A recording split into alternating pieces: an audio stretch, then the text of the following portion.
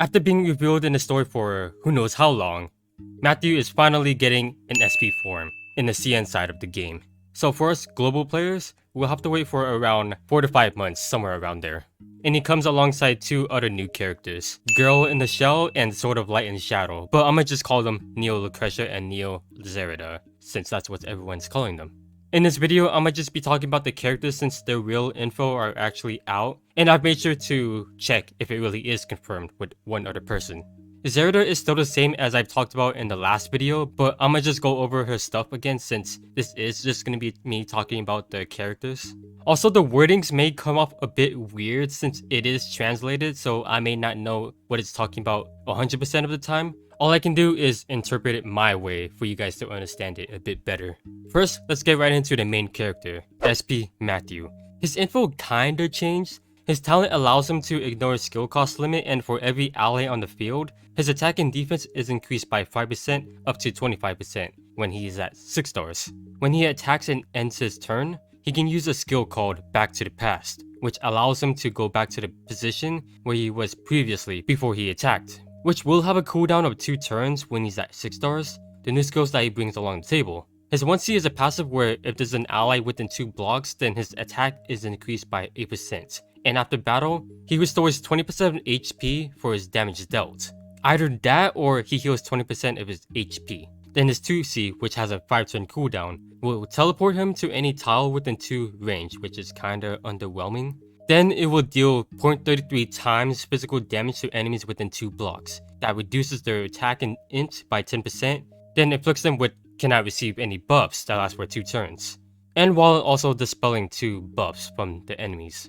This will also increase the enemy's damage taken by 30% only if it hits them within 1 block. You can also unlock Sansi Mercenaries as well once you unlock his SP form. These are going to be the materials that you'll need to obtain SP Mathew, by the way. To get Mathew's SP crystal is going to be the same as most other SP characters. You'll need around 4,000 crystals to spend in this Macho Lotto sort of thing. I forget what it's called sometimes, but I'm sure you guys know what I'm talking about. I feel like what they did to SP Mathew, I think they really wanted him to function more as an AoE character.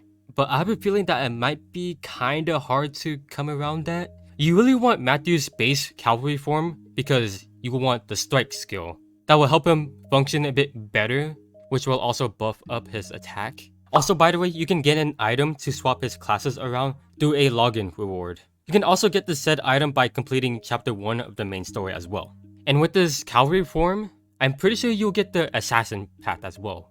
And with that assassin path, you can get an ignores guard skill, which is going to be really good. So for PvP, you can basically use strike and use that ignore guard skill to have him kill, then teleport himself back to his original position. Then the third slot could be just like an AoE or something like that. Or you know, you can go all AoEs, but the main problem I have with him, and I'm sure that many others will say as well, is that he's still technically the same as his base form. He needs his ally alive for him to deal more damage. Also, the fact that he gets a 1C, well, I mean, it's great and all, but why use that when you have other skills that you can use that are probably better suited for him to use? Plus, he's not really limited to his skill cost thanks to his talent. Then there's also his 3C, which is a summoning skill. That completely leaves that out as well. If they could have touched on it a bit more, like make him act again while using it, it might be more of an option to use because his 3C just becomes basically useless. Because that summoning doesn't really do anything else besides just do damage. And plus it does have limited mobility, like 3. So that means it's not really gonna go anywhere. He's not bad at all. No, that's not what I'm trying to say. But only if they went a little bit more crazy with him, then he could have been a character that's more usable. Well, I mean, come on, he's a protagonist. He's the main character of this game, bruh. But I can really see what they were trying to do with him. They wanted him to feel more of an AoE attacker, which he might be pretty decent at doing, but at least his stats are pretty high, so that's something. Neo Lucretia. Yeah, she's the one that mostly got a big change ever since the last video. And she also has an interesting mechanic with her unique skills, which I will get into in just a moment. She's part of the Rebirth, Dark, and Princess faction. For her talent, the higher her HP is, the higher her damage dealt increases to a max of 30%. When she ends her turn, her int increases by 5% and range increases by 1, which can be stacked up to 2 times that cannot be dispelled. Her 1C lets her choose one of 3 skills, and the skills that she chooses will be whatever the cooldown of that skill originally is, to a max of 3 turns. These are the skills that she can have, but just keep in mind that these skills will be randomized every turn, so it's really RNG heavy. Her 2C attacks multiple enemies in range, dealing 0.3 times magic damage, inflicts 2 debuffs, and can move 3 blocks right after. Then her 3C has a passive that lets her choose an upgrade skill once, up to 3 times. And the skill damage of the skill is increased by 5% for each amount of times you upgrade. And the cooldown to upgrade is 1 up to 2 turns. This is also a single target skill that deals 1.3 times magic damage. Here's a little more info about this upgrade mechanic, which is a lot to take in, so I'm gonna try my best here for you guys. It has different upgrades that you can choose from: damage, feature, and endurance. Bear in mind that when you upgrade them, the effects that you get are random, which will be separated in slashes, which you can probably see.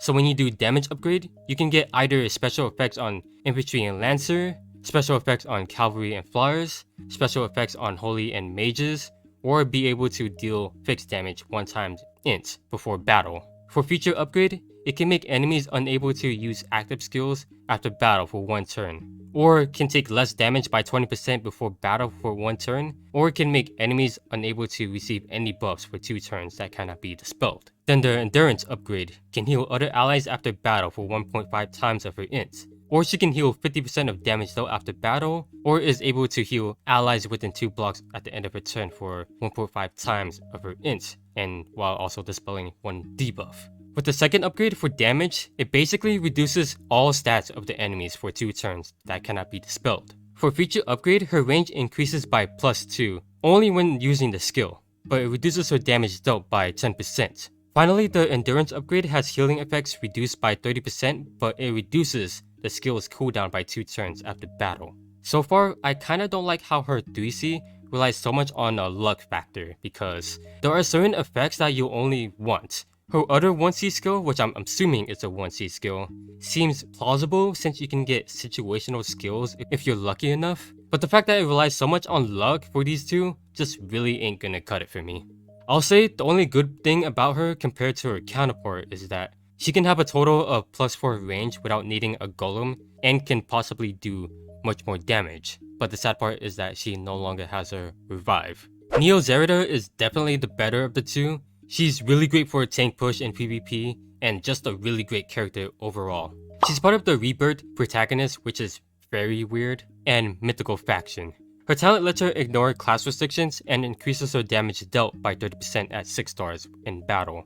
At the start of the battle, she gains Blade Soul power, which increases her attack by 10%, increased mobility by 2, and heals 50% of HP at 6 stars when she is defeated. However, her healing is reduced by 50% after reviving. Blade Soul power cannot be immunized, be dispelled, and cannot stack with each other. This next sentence may sound confusing, but what it actually is that when she ends her turn within 1 ring of that terrain, she'll consume it, causing her to gain Blade Soul power back. And with her 1C, it's an active skill that can be used on her allies, the soul chip terrain, or on herself to gain immunity to all debuffs, attack plus 20% for 2 turns, and can move 3 blocks right after to attack. Her 2C deals 0.3 times physical AoE damage to enemies within 2 rings. That causes them to gain damage taken plus 20%, and they cannot act again for 2 turns. Then her 3C has a passive where if she has Blade Soul power, she can do 0.1 times physical AoE damage to enemies within 1 ring and restores 20% of her HP. The skill will deal 1.8 times physical damage to a single enemy that dispels 5 buffs before battle, and will also inflict a debuff that prevents the enemy from reviving for 2 turns and cannot be dispelled. But for regular content, if she has the Blade Soul power effect active, then she will attack before the enemy. So yeah, really amazing stuff, and thanks to her 1C, she can basically buff her own attack, so you don't necessarily need a faction buff with her. But that would mean that she is a bit more squishy. She brings good soldiers like werewolves and gargoyles, and is able to deal some big damage. Also, not to mention that she's the first to ever have something that prevents reviving effects. But she's very strong for both regular content and PvP. Okay, so I know I said that I was just going to be talking about the characters in this video, but while editing, I found some other crazy stuff that I think you guys will like. We've got 2 new exclusives coming, one of them being Kaguya, which looks like a helmet. It gives 10% HP, and when battle starts, she randomly obtains 2 pig, deer, but in global, what it's actually called is boar, deer, and butterflies. Her +2 range cannot be dispelled when using the sleeve card skill, and every either of the 3 buffs that she uses, her crit chance increases by 1% up to 10%. This is actually really good for her. This will help her have a better start and is able to deal a little bit more damage. So I would totally recommend picking this up if you really use Kaguya like that. Next one is for Archon, which gives plus 5% more HP and defense. When he acts again, his buffs do not lose their turn duration, and when in water, if he does not deal any damage, he heals 20% of HP after battle, which is also pretty good. We got 4 more new passive hero skills as well with the new upgrade system. First one being Landius, he's immune to passive disable effects and for every ally within 3 blocks. His defense is increased by 3% up to 12%. Second one is Gerold&Layla, which I totally forgot they even existed. Their skill damage increases by 10% and transformation effect lasts an extra turn. Brenda is the third one. 5% attack I believe, and when she triggers act again from her talent, her crit chance increases by 100%. Finally, for Egbert, his int increases by 5%, and after he deals damage, he has a 50% chance to deal fixed damage one time of his int. Landius, I feel like he'll really need that since he does have a revive skill that is a passive. Brenda is also a nice one as well, and as for the other 2, it's pretty okay, but I say that since no one really even uses them. We got a few new skins as well. There's a Macho Lotto skin for the Iron Blood Commander. Also, these are the Echo of Light skins for Neo, Lucretia, and Zerida. They got some kind of Gundam thing going on. Personally, I never really watched that anime, so I feel like I'm really missing out on quite the childhood. But man, do they look sick. And the skin here. Would you guys believe me if I said this was Wetam? Because it actually is. I know, the first time I saw this, I was like, this gotta be Alpha, bruh. Because she's the only character I've seen that wears a fully kitted armor. So yeah, skin is really fire. This does cost 118 skin vouchers, but it might change for global, so we'll have to wait for it to arrive. We got a 6th Covenant coming up as well, and it's called... Oh gosh, that's a bit risky. How about I just call it Frig? Yeah, I like that. Frig is a nice one. Although it sounds like the 2nd Covenant, but just roll with it. These are its stats, so it seems to be a magic type Covenant that moves 4 blocks and can attack from 2 range. So with it on the field, when a non-summoned ally triggers act again, its damage is increased by 20% at its first form, 30% at its second form, and then 40% at its third upgrade form, which can stack only twice. So its attacking skill targets one enemy dealing 2 times magic damage, and if its int is higher than the enemy's by 2 times, then its damage increases by whatever many times you upgraded it up to 50% at max. And at the same time restores Covenant energy. For its support skill, it can make a character act again and gives Supreme Order, which increases damage dealt by 30% at first upgrade form. Second upgrade form has a passive where if no damage has occurred from an ally, then the skills are reduced by 1 turn. The next part is the same, but except that it has a 45% increased damage. But at third upgrade, passive is still the same, but it can make 2 allies act again and have 60% increased damage dealt.